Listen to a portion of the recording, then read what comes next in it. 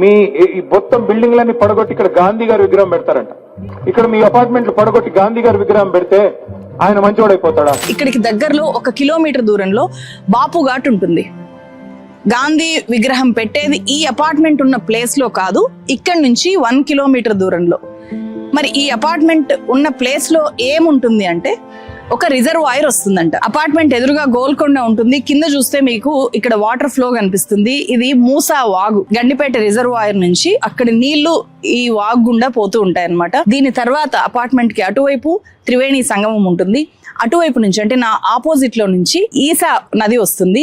ఈసా ఈ మూసా రెండు కలిసి అక్కడ మూసి ఏర్పడతాయి. అది కూడా నేను మీకు చూపిస్తాను. మహాత్మా గాంధీ స్టాచ్యూ ఏర్పాటు చేసేది ఇక్కడ కాదు, నేనున్న ఈ అపార్ట్మెంట్ లో కాదు, ఈ అపార్ట్మెంట్ ఉన్న ప్లేస్ లో కాదు, కానీ ఈ అపార్ట్మెంట్ ఉన్న ప్లేస్ మొత్తం కూడా ఒక రిజర్వాయర్ గా మార్చాలి అని అనుకుంటున్నారంట.